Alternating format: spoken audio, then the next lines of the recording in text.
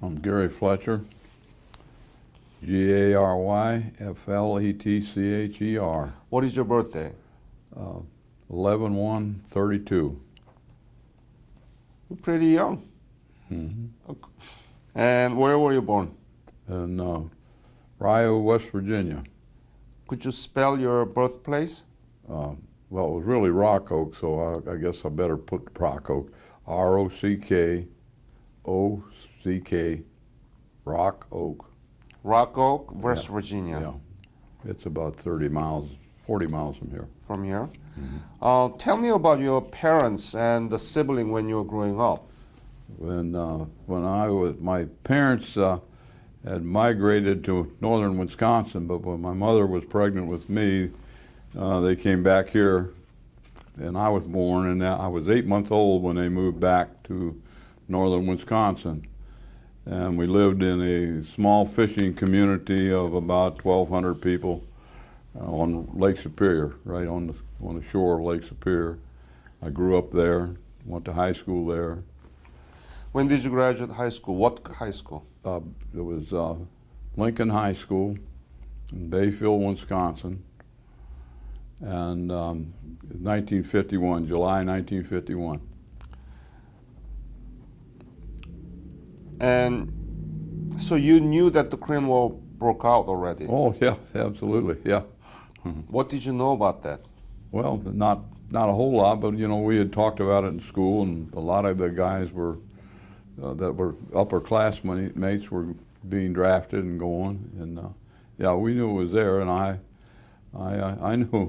knew I had a chance of going there if I stayed around for the draft. So I enlisted in the Navy. I tried to get in the Coast Guard when I first started out, but they was filled up, so I went in the U.S. Navy.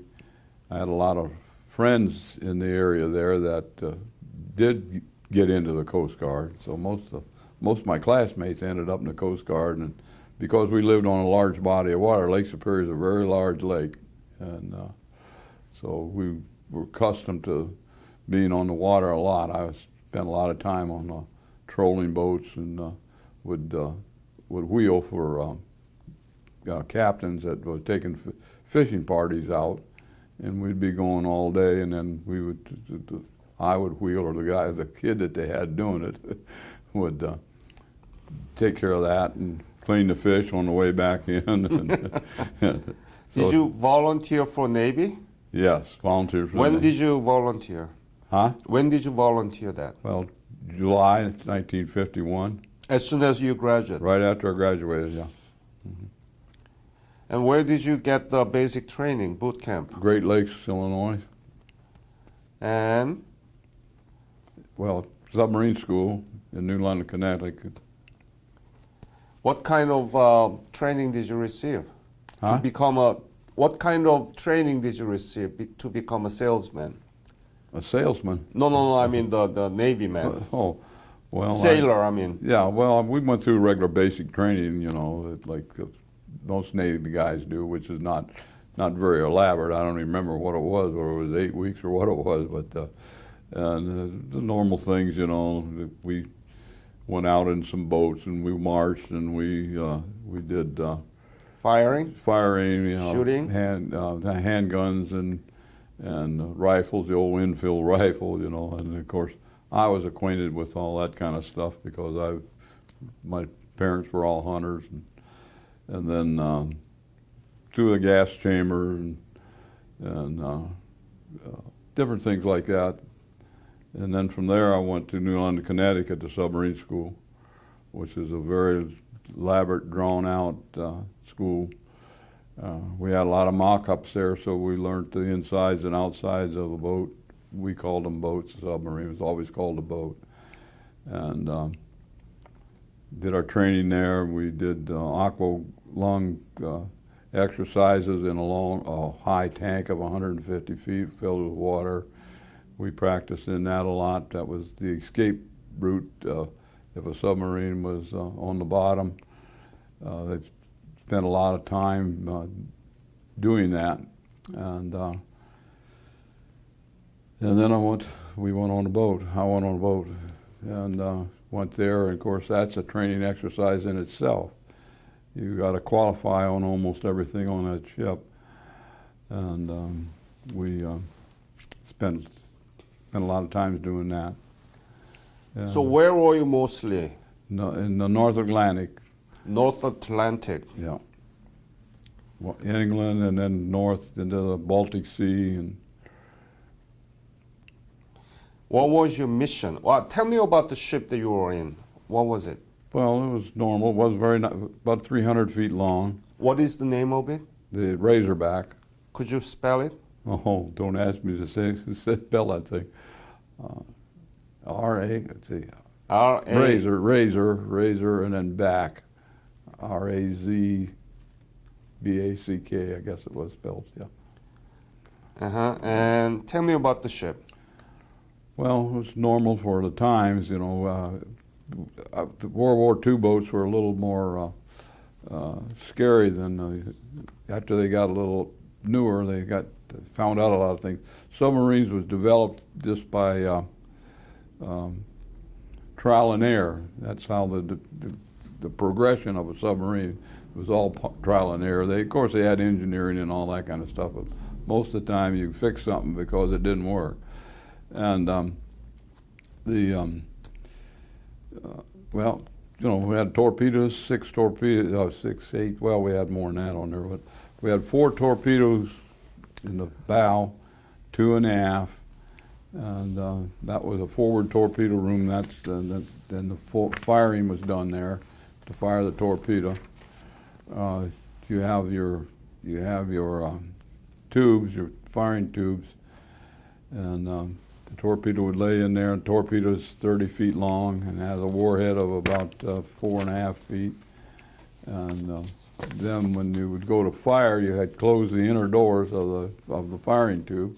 You'd close them, and then you'd open the outer doors. And then when it was ready to fire, by using a periscope, you know, on the top of the ship that looked out, and they could tell where the target was, and then we would fire the torpedoes.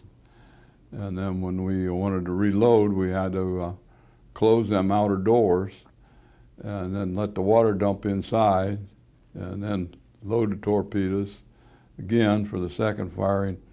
And then the next time the next round we would take and open them outer doors, let the water come back into the tubes, and then ready to fire then. And then same thing every time. Every time you fired a torpedo, you had a lot of water coming in the boat. Of course, that was all blown out afterwards. Mm-hmm. We didn't have a chaplain on the boat. He, one of the guys, would do the church service on Sundays, and then the galley was rather small, but half the size of this room right here would be the size of the galley where we ate, and there was around 65 guys aboard, and the commander was a lieutenant commander, and the executive officer was a lieutenant, and then we would have 4 chief petty officers, and then the ranking would go from there on down to apprentice. Mm-hmm. I don't know what else I could tell you about it to explain it a little more. I have pictures there that I could show you pictures of it. Sure, I would love to see it after this. Yeah, but, right.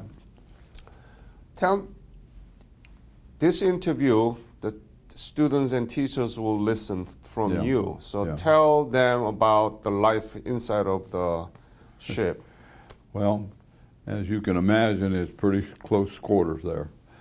And you know, they always say a man's home is his castle. And when you get on a submarine, your castle is only about 2.5 feet wide and 6 feet long and about 18 inches high. So that's where you did your good time thinking and thought about home and how things were going and wondered about what was really happening in the outside world. Mm-hmm. We had camaraderie, of course, but it was hard to get you know, too involved with people. Although we had some good friends, everybody was everybody's friend, but nothing close like like you have in your normal life. And they called us sewer pipers because they said we never got a bath and it was always dirty and greasy and oily, you know. Because the boats that I was on was diesel boats that run off of diesel and electricity. And we had batteries, of course, and we wanted to run silent. We wanted to run with the submarine running silent, and so you couldn't hear the screws. We were running off of generated batteries, and then we would have to surface or get close to the top to charge them batteries, because we had a snorkel tube that would run up to the surface, and then we could charge. You know, the exhaust would go out, and it was. Were there any dangerous mission during your service in North Atlantic and European countries? Yeah. Mm-hmm. Tell us about it. I was a snoop. What do you mean by that, snoop? We snooped around to see what people were doing. Right. And what was your MOS? What do you mean by that? Specialty. Oh, I was a boatswain mate. What? Boatswain mate. And tell me about what you're doing. Well, on the boat, you know, we dealt with the submarines and dealt with the working parts of dealt with the torpedoes and handled torpedoes and loaded torpedoes. You know, when we had to load, we would load the torpedoes down into the ship, and then regular. Everybody had something else to do, and so it wasn't really like a specialty. Of course, you had the torpedo guys, and it was just kind of hard to explain. Mm-hmm. And you had to qualify on the boat before you could get your dolphins, you know. And that was all that training you did for the first part of your cruise. You would then when the captain thought you were certified, then they would certify you and they'd pin you. And that was that little dolphin that the submarine sailors that we wear on our coats most of the time. Should you fire any torpedo during your mission? No, I wasn't in that. I didn't do that. Oh. That was a torpedoman's job. So we handled and pushed and shoved and. I see. Yeah. Mm-hmm. But our ship did, yes. Mm-hmm. Yeah. Whoa. Oh yeah. Why? What was the occasion? To explain that. Well. Who was your enemy at the time? It was 1951, 52, so the war was over. I mean, the World War II. Why did you have to fire the torpedo and so on? Well, we practiced a lot. Oh, practice. Yeah. But like I said, and I'm not sure whether there's any place in the Korean War that they even had fired any torpedoes, Mm-hmm. because it was search and rescue. And then the little thing I want to tell you about or show you them pictures about the north end of Korea. There was a sub went in there called the Perch. The boats, submarines are all named after fish, and the Perch went in there and landed these British Marines, and they went and there's a tunnel that run, I guess, north and south from China into North Korea, and destroyed that tunnel. They blew that tunnel up, and then they came off the boat, and then they came back to the submarine, and it was pretty hot and heavy, according to what the book says, to get away. You know, go back out to sea and get away. So. Were there any close to Asia during your mission? Always in North Atlantic? Yeah, I was in the North Atlantic. We were spying. Spying. I called it snooping. We called it snooping around. But we were spying. We were laying in harbors and at other so-called enemies, and they are enemies. We're still struggling with them. So specifically, what did you do to snoop around the country? What country did you, for example, target? Well, we was in the North Atlantic, and we were in trying to, we were snooping on the Russians. Russians. If you want to put it that way. I'm not supposed to say that, but I guess in this length of time, and we're still doing that. You know, we're still doing that. You are still Korean War veteran era, Korean War era veteran. Yeah, Yes. that's what I am. Yeah. What do you think about the Korean War and what did America did for Korea? Oh, they did a lot of things. I talked to my buddies that were here in this group, and I think, and knowing what Korea is like now, it's come from nowhere to a great nation.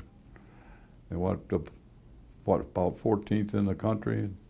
I forget what I heard. 11th largest economy in the world. Is that what it is? 11th? Okay. Yeah. So, yeah. So it was well worth what we spent over there and what we did, and I'm proud to be a part of it just through that time frame that I happened to be there. And I've got a lot of good friends here in the Korean War veterans, and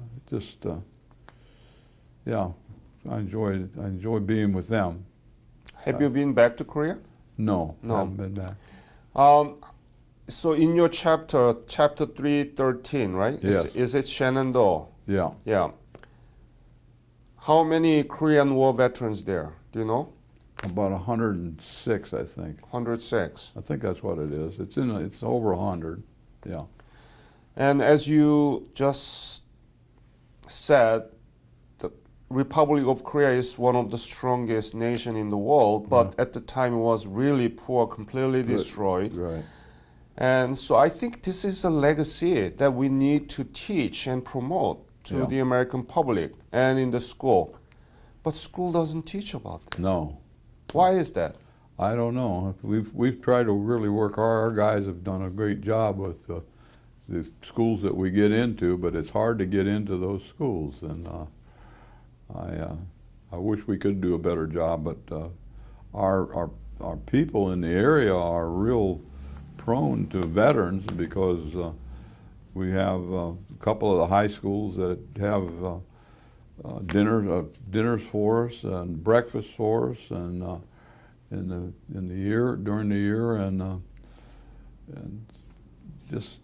we built a memorial here in Winchester, over $100,000, and had very little trouble getting the money. In fact, I think we raised a bigger part of it in about 4 or 5 months, and then we raised $100,000, $110,000. That much? And it's a What did you do with that money? Huh? What did you do with that We money? built a memorial. Memorial?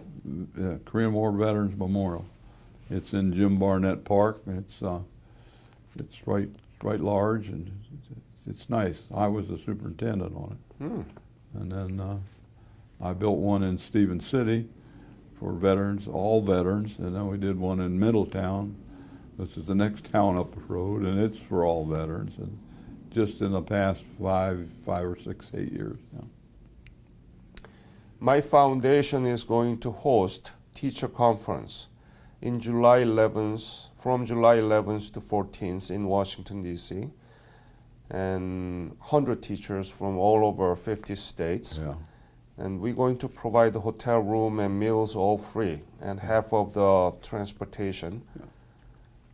Would you please promote that and invite the teachers from this area? Absolutely. Yeah. Yeah, absolutely. I'll give the flyer to Louis so Yeah. that he can give you the copy of it, and please reach out to teachers Yeah. so that we can teach about this thing. I have one grandson still left in school, and he does a lot of stuff with me, you know, when we go to meetings and stuff like that, if we can take him. And he helped on the memorial a little bit. He thought that was really great, and he's real involved in that. He wants to get in the Marine Corps, and so he'll graduate 2 years from now. And, What do you think is the impact of military service upon your life? What does that? It was probably the greatest thing I've ever experienced in my life, and Why? I learned so much from, the camaraderie, the discipline, be here on time, do that on time, all the things we had to do, and I learned a lot in school, in the schools they sent me to, and the training, And it was a real life experience. I wouldn't take anything in the world for it. And, So now you know about Korea, right? Modern Korea, yes. their economy and their democracy. Yeah. Mm-hmm. And the Korea in 1950 was completely destroyed. Yeah. What do you think about that? Well, talking to Herb Taylor, which is a good friend of mine, I think you're going to get him here before long. He tells me a lot that he saw. He was an MP, and he talks about the little buildings they lived in and how they would, things that they were doing. I know it had to be really deprived, and everything I've ever read was Korean War information, and we get books and handouts and pamphlets, and I wouldn't want to have been there. I wouldn't want to have been living in Korea, and I wouldn't have wanted to have been my nation. So there's a lot of suffering and pain and hardship, and unreal how they had to survive. Mm-hmm. So, other than that, I just feel good to be American. Any other message to the interview about your service and about Korea? No, I can't think of anything more I could add, but I hope that you can get every teacher in the country looking at Korea and looking at the Korean War veterans, and because sometimes they're kind of put back in a corner and our names are not mentioned among the different groups, you know. So, yeah. Thank you for this opportunity. Wow. It's my honor and pleasure to meet you and to be able to hear from you. Yeah. And I want to thank all the Korean War veterans, Yeah. including Korean War era veterans, because they know about Korea. Yeah. Even though you were not in Korea, but still you know what happened, Yeah. and you know about the legacy. And I think you are proud of it as a part of the whole Korean War veterans community. Yeah. Right? Yeah. So help my foundation to promote this good lesson I will. that we have. I did teach some. I taught in a vocational school What did you teach? and I taught bricklaying. What did you teach? Bricklaying, masonry. Oh, masonry. And Herb Taylor is going to be here. He taught in the same school I did, and he taught the carpentry class. Ah. And he was in Korea. He was an MP in Korea, so he's got a lot of stories to tell you, I'm sure. And that's why I feel kind of guilty when I'm asked, No, because I know about what we were doing and what, the snooping and things that we were doing, and we would kind of slip in a little harbor and lay there and listen and then be there maybe 6 or 8 weeks right there in one spot, and then catch another place. And, yeah. Very nice meeting you, and thank you for sharing your lessons and experience with us. And we'll work together to get more teachers involved in this. Good. Okay? I got some pictures there in that book if you're Yes, interested. please. Let us look at it. Thank you. Okay.